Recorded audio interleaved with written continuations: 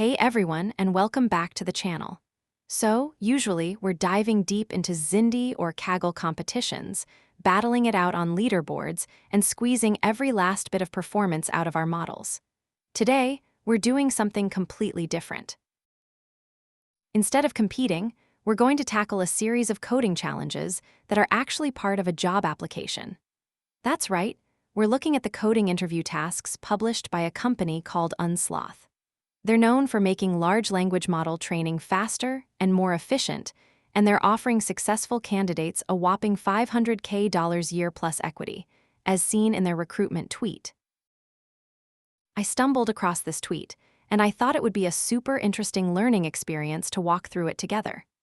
I'm not applying for the job, but I am always up for a good challenge, and this is a fantastic way to level up our skills in areas like GPU optimization, distributed training, and even contributing to open source. So, even if you're not job hunting, stick around, there's a ton to learn here. Okay, let's dive into this Unsloth notebook.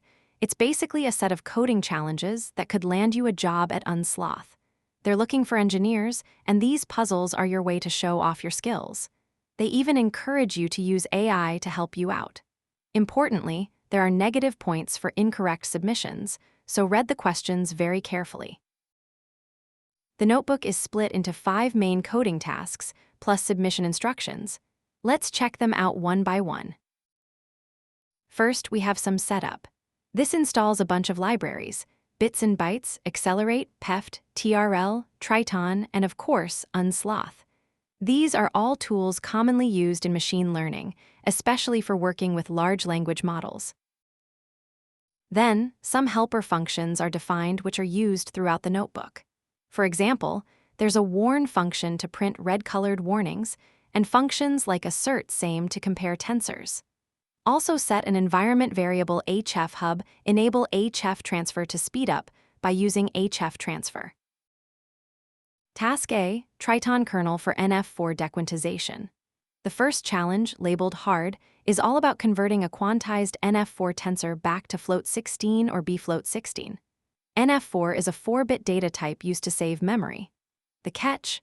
You have to do it all in a single Triton kernel, including some tricky double dequantization steps.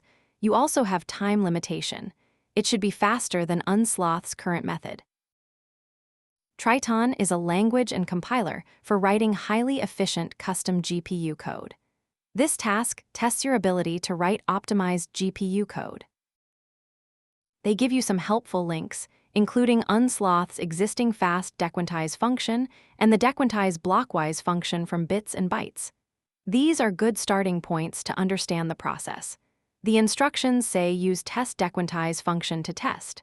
This sets up a test scenario with different input sizes and data types. For example, running test dequantize with Unsloth's dequantization function, we will get around 5.3 seconds. The instructions show that the PEFT library has a similar implementation, with a run time around 5.6 seconds.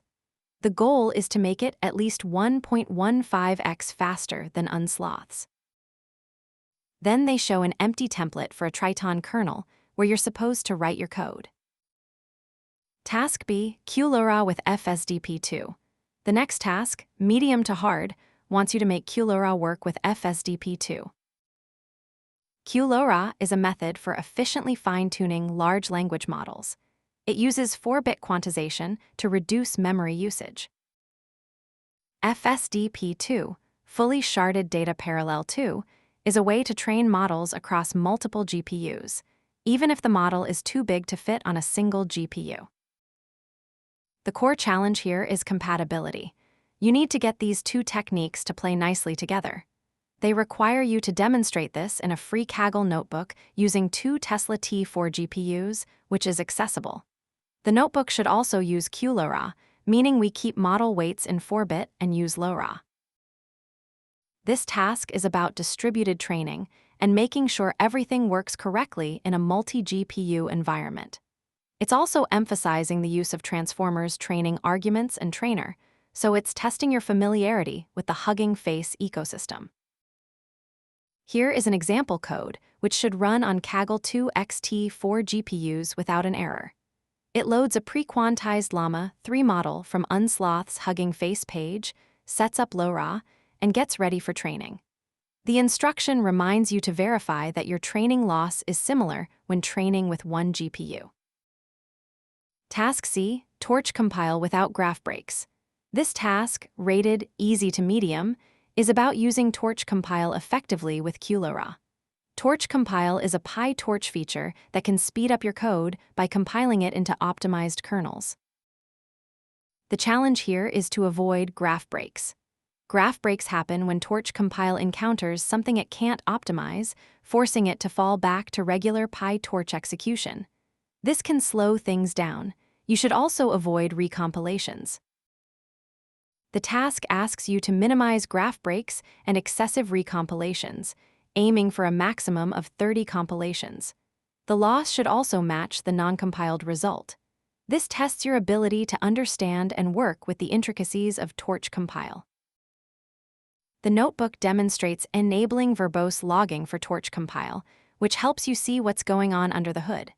You can see graph breaks and recompilations. Then, they use SFT Trainer to train the model.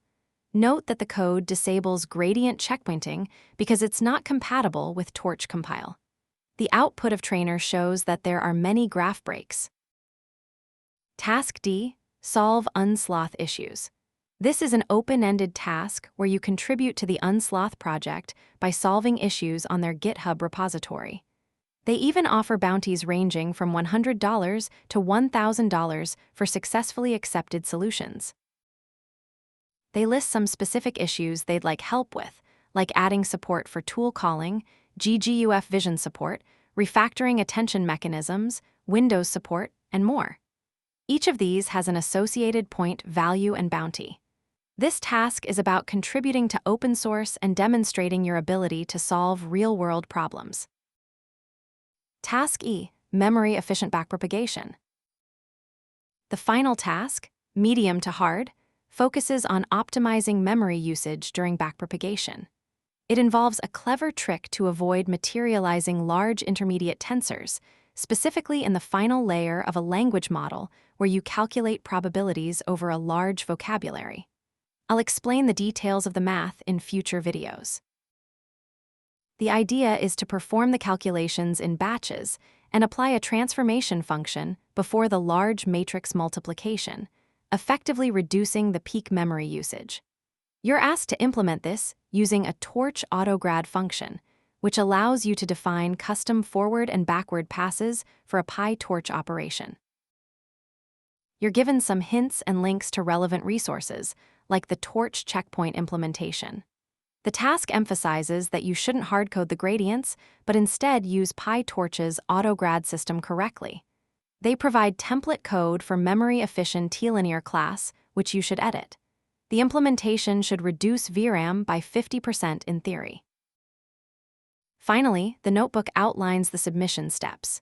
You need to put your code in a public, Apache 2 licensed GitHub repository, include links to any Kaggle or Collab notebooks, and provide clear documentation and results. They'll review your code and potentially invite you for an interview. And that's it for the Unsloth coding challenges. Wow, that was definitely a different kind of video than our usual competition walkthroughs. In summary, this notebook presents a series of challenging coding tasks that cover a range of important topics in modern deep learning, from efficient GPU programming and distributed training to memory optimization and open-source contribution. It's a great way to test your skills and potentially get a job at Unsloth. It's a lot to take in, and I definitely learned a ton just by exploring these problems. Hopefully, you did too. This really highlights how different a coding interview for a specialized ML role can be compared to a Kaggle competition. It's less about building models and more about deep understanding of the underlying systems. I'm planning to dive deeper into some of these tasks myself, so stay tuned for future videos where I'll break down my attempts and share what I discover along the way. Let me know in the comments which task you found the most interesting or challenging. And of course, if you're actually applying to Unsloth, best of luck. If you enjoyed this change of pace, give the video a thumbs up, subscribe for more, and I'll see you in the next one.